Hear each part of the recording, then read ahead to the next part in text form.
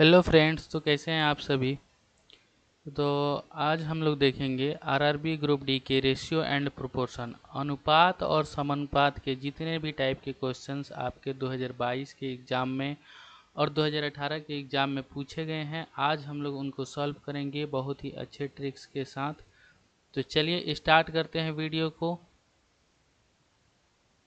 सबसे पहला क्वेश्चन है कि ए के वेतन का बी के वेतन से अनुपात 4:5 है, बी के वेतन का सी के वेतन से अनुपात 3:4 है, तो ए के वेतन का सी के वेतन से अनुपात ज्ञात कीजिए।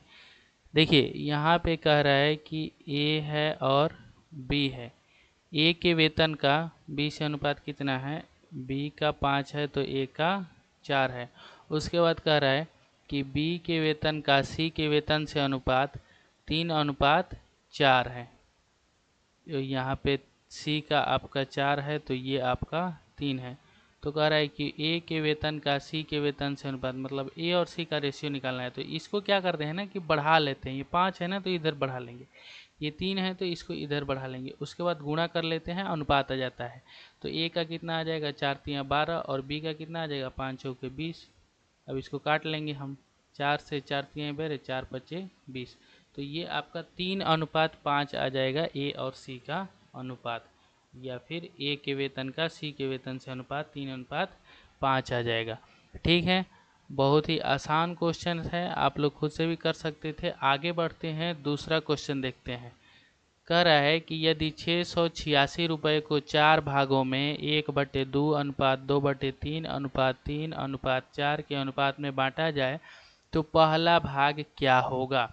देखिए यहाँ पे बटे में देकर आपको कंफ्यूज कर सकता है, लेकिन बहुत ही आसानी से कर लेंगे इसको। देखिए 1/2 है, अनुपात 2/3 है, अनुपात 3 है और अनुपात 4 है। इसको क्या करते हैं ना कि इसका एलसीएम ले लेते हैं नीचे वाले का।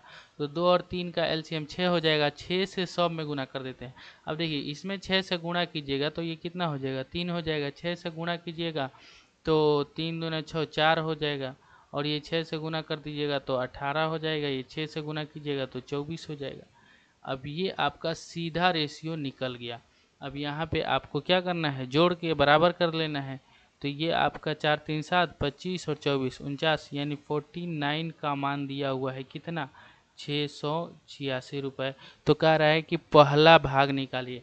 पहला भाग मतलब 3 का मान बोल रहा है। अब देखिए इसको काट लेंगे, ये 7 से काट लेंगे, ये 7×9=63, 7×8=56, ये फिर 7 से कट जाएगा, 7×1=7, 7×4=28, 14 बार में कट जाएगा। तो 3 का मान पूछ रहा है, पहला भाग मतलब क्या, 3 का मान।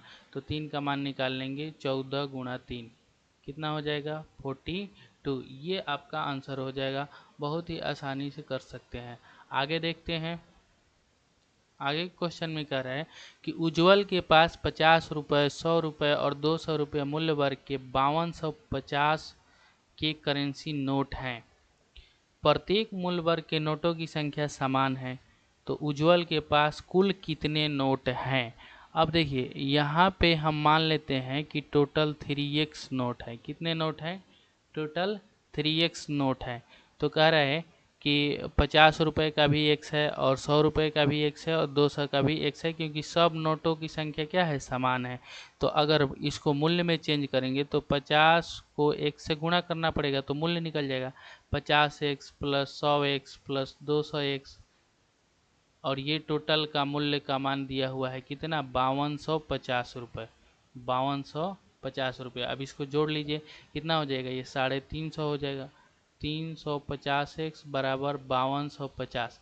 अब इसको काट लीजिएगा तो एक जीरो से ये कट जाएगा, इसको 5 से काटेंगे तो 7, और ये 5 जीरो और ये 5, 7 से काट लीजिए, 7×5=35। x बराबर कितना आ गया, 15। x बराबर आ गया 15। तो कह रहा है कि उज्जवल के पास कुल कितने नोट हैं। तो कुल कितने नोट हैं, 3x है। तो 3x का मान निकाल लीजिए, यही तो आंसर हो जाएगा। 15×3 कितना हो जाएगा, 45। ये हो जाएगा आपका 45। ठीक है, आगे देखते हैं। आगे क्वेश्चन कह रहा है कि राजू के पास 210 रुपये के सिक्के हैं, क्योंकि 20% सिक्के 5 रुपये, 25% 10 रुपये और 15% 2 रुपये और शेष 1 रुपये मूल्य वर्ग में है। 1 रुपये के सिक्कों की संख्या ज्ञात कीजिए। अब देखिए यहाँ पे कह रहा है कि 20% जो 5 रुपये के जो सिक्के हैं वो 20% हैं और 10 रुपये को जो सिक्के हैं वो 25% है और 2 रुपये के सिक्के आपके हो गए कितने 15%। तो अब देखिए 15 और 25 40 और 20 60 तो हो गए तो 100% होता है। तो 60 हो गए तो 40% जो सिक्के होंगे वो 1 रुपये के होंगे, क्योंकि ये कह रहा है लास्ट में कि ये 1 रुपये के शेष हैं। अब देखिए इसको काट लेंगे तो ये रेशियो निकल जाएगा यहाँ से सिक्कों की संख्या का। सिक्कों की संख्या का रेशियो निकालने के लिए 5 से काटे तो 5 चौके 20 और ये हो जाएगा 5 से 5 बार में, ये 3 बार में, ये 8 बार में। ठीक है, अब ये तो अनुपात निकल गया सिक्कों का अनुपात निकल गया। लेकिन मूल्य निकालने के लिए अब देखिए 5 का 4 सिक्का लिया जाए तो कितना हो जाएगा 20x 20 हो जाएगा और ये 10 रुपये का 5 सिक्का तो ये 50 होगा और ये 2 रुपये का 3 सिक्का तो ये 6 होगा, 1 रुपये का 8 तो ये 8 होगा। सब में x लगा के जोड़ेंगे तब ना इसका मूल्य निकलेगा। सब में x लगा के क्या कर लेंगे जोड़ लेंगे। तो यहीं से हम क्या कर लेंगे इन सबको जोड़ लेंगे और इसी का राजू के पास टोटल कितना रुपए है 210 रुपया। तो 210 के बराबर कर लेंगे। अब जोड़ लीजिए इसको, ये हो गया 70 और 14 84 हो गया 84x। 84x का मान दिया हुआ है 210। तो 7 से इसको काटिएगा तो 7 एकम 7 7 दूनी 14 7 3 21 ये कट गया, ये 6 से कट जाएगा। तो x का मान आपका आ गया 5/2। अब कह रहा है कि 1 रुपये के सिक्कों की संख्या क्या है, तो 1 रुपये की सिक्कों की संख्या कितना है 8x। कितना है 8x। तो 8x का मान निकाल लेंगे। तो 8x का मान निकालिएगा यहाँ से। तो 8x का मान मतलब 8 गुणे 5/2 तो ये कितना हो जाएगा 20 आ जाएगा। कितना आ जाएगा 20। तो ये आपका आंसर हो जाएगा। देखिए ये बहुत ही आसान क्वेश्चन है। पहले कह रहा है कि 20%, 25%, 15% और 40% हो गया, इसका अनुपात निकाल लीजिए। और फिर कह रहा है कि 210 रुपया है तो मूल्य में परिवर्तन के लिए जितना रुपए का सिक्का होता है उसके अनुपात से गुणा कीजिए तभी तो मूल्य निकलेगा। तो ये 5 चौके 20x हो गया या 10 पचे 50x हो गया, ये 2 3 6x हो गया और ये 8x हो गया। तो इसको जब बराबर किए तो x का मान आपका आ गया कितना 5/2। अब 1 रुपये का सिक्का तो 1 रुपये का 8x है तो 8x का मान निकाल लीजिए। अगर 2 रुपये का तो 6x का मान निकाल लेते। ठीक है, आगे बढ़ते हैं। अब देखिए नेक्स्ट क्वेश्चन आगे कह रहा है कि गूथे हुए आटे में चीनी और आटे का प्रारंभिक अनुपात 4:7 था। जस्टिन ने उस 22 किलो आटे में और आटा मिलाया। चीनी और आटे के अनुपात में परिवर्तन 2:5। जस्टिन ने बाद में कितना आटा मिलाया। देखिए यहाँ पे गूथा हुआ आटा है और इसमें कुछ मात्रा में चीनी है और कुछ मात्रा में आटा है। दोनों का अनुपात आपका दिया हुआ है चीनी और आटा। चीनी है आपका 4 और आटा है आपका 7। लेकिन बाद में कुछ आटा मिलाया गया और बाद में अनुपात कितना हो गया 2:5। बाद में अनुपात कितना हो गया 2:5। तो कह रहा है चीनी नहीं मिलाया गया है आटा मिलाया गया है। तो जब भी इस टाइप का क्वेश्चन है कि आटा मिलाया गया है तो चीनी को बराबर करेंगे, क्योंकि चीनी जब नहीं मिलाया तो चीनी तो सेम होगा। तो इसको हम बराबर करेंगे। तो चीनी पहले 4 था बाद में 2 है तो इसको हम बराबर करने के लिए इसमें 2 से गुणा कर लें। तो इसके अनुपात में 5 है तो इस 5 में भी 2 से गुणा करना पड़ेगा। अब देखिए ये चीनी तो बराबर हो गया 4 यहाँ भी 4 यहाँ भी। आटा पहले 7 था अब कितना हो गया 10 हो गया।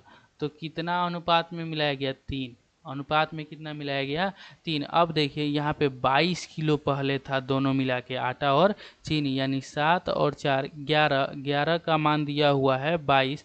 तो कह रहा है कि कितना आटा मिलाया गया, तो 3 ही तो मिलाया गया है। 3 का मान निकाल लीजिए। तो 3 का मान निकालिएगा तो 11 दूनी 22 3 दूने 6, यही तो आंसर हो जाएगा। तो आपसे पूछ रहा है कि आटा कितना मिलाया गया, तो 6 केजी। कितना मिलाया गया 6 केजी। बहुत ही आसान था। आगे देखते हैं। जिस स्कूल में 480 छात्र हैं उसमें लड़कों और लड़कियों का अनुपात 7:9 है। यदि 3 और लड़कियों को स्कूल में प्रवेश दिया जाता है तो लड़कों और लड़कियों की संख्या का अनुपात क्या होगा। अब देखिए पहले लड़कों और लड़कियों की संख्या का अनुपात 7:9 था, तो टोटल कितने थे? 9 7 16, और 16, और यहाँ पे टोटल कितने छात्र थे? 480। 480। अगर इसको काटेंगे हम तो एक यूनिट का मान कितना आएगा? 16 3 48 30। अब कह रहा है कि अब देखिए 30 आ गया, तो पहले जो बॉयज थे और गर्ल थी, तो बॉयज 7 थे और लड़कियां कितनी थी? 9 थी। तो 7 का मान, 1 का मान 30, 7 का मान निकालिएगा तो 7 3 21, 210, और 9 3 27, यानी 270। अब कह रहा है 3 लड़कियों को मिला प्रवेश दिया गया, तो लड़की में बढ़ा देंगे तो ये कितना हो जाएगा? 273। और ये तो 210 ही है लड़के। अब अनुपात पूछ रहा है इनका, तो अनुपात निकाल लेंगे, तो इनको 3 से काट लेंगे, 3 9 27, ये हो गया। 3 से काटिएगा, इसको काट लेंगे, ये 3 7 21, ये 7 से, तो ये 7 दहिया 70, और 7 से ये 13 बार में, यानी 10:13 आपका अनुपात आंसर आ जाएगा। कितना आंसर होगा? 10:13। अब देखिए कह रहा है कि 480 है, इनको 7 9 में बांट दीजिए, 7 9 में बांटे तो ये 200 आया, 210 और 270। फिर कह रहा है कि इनमें 3 लड़की और प्रवेश कराया गया, तो 3 लड़कियों को और बढ़ा दीजिए, 210, ये 273 हो गए, तो 70, इनका अनुपात आपका निकाल लीजिए, 10:13 हो जाएगा। ये आंसर हो जाएगा। ठीक है, आगे देखते हैं। कह रहा है कि यदि 40:35 समानुपात 35:x, तो x का मान, देखिए जब भी इस टाइप का समानुपात वाला क्वेश्चन आए तो बीच वाला दोनों को गुणा करके और लास्ट वाला दोनों गुणा करके बराबर हो जाता है। यहाँ पे वैसे भी कर सकते हैं, अनुपात का मतलब बटा होता है तो बटा कीजिएगा, और समानुपात का मतलब बराबर होता है तो बराबर करके फिर बटा में फिर x का वैसे भी मान निकल जाएगा। लेकिन आपको जल्दी करना है तो दोनों पास पास वाला को गुणा कर लेंगे, यानी 35 × 35 बराबर 40 × x, 40 × x। तो यहाँ से x का मान ही तो निकालना है, 35 × 35/40। तो इसको आप काटिएगा तो 5 7 35, और ये 8 बार में, ये 35 7 245 हो जाएगा, अब बटे में 8 हो जाएगा। ऑप्शन नंबर ए हो जाएगा। इतना करने की जरूरत नहीं, सीधा आप 35, सीधा डायरेक्ट ये वाला लाइन लिखते हैं आप, 35 × 35/40, आंसर निकल जाता सीधे आपको। ठीक है, ये देखिए ग्रुप डी 24/8/2022 को क्वेश्चन पूछा गया है शिफ्ट 2 में। अब देखिए कितना आसान क्वेश्चन है, कह रहा है कि 12 24 और 45 का चतुर्थ अनुपात है। अब देखिए इसको लिखेंगे कैसे, तो 12 है, अनुपात 24 है, और यहाँ पे समानुपात 45 और अनुपात x। ठीक है, अब इसी x का तो मान निकालना है, तो मैंने अभी पीछे वाले क्वेश्चन में क्या बताया था कि पास पास और दूर दूर वाले को गुणा करके बराबर कर देना है। ये मतलब ये 24 × 45 और बटे में कितना 12 बराबर x। अब इसको काट लीजिए, 12 दूनी 24, 42 दूना ये आपका 45 है ना, तो 45 दूना 90, x का मान आपका आ जाएगा 90। कितना आ जाएगा? 90। तो चतुर्था अनुपाती आपका क्या हो जाएगा? 90 हो जाएगा। अब देखिए आगे क्वेश्चन देखते हैं। आगे वाला क्वेश्चन कह रहा है कि एक विद्यालय में 200 विद्यार्थी हैं, जिनमें से 2/5 भाग लड़के हैं, तो विद्यालय में लड़कियों की संख्या ज्ञात कीजिए।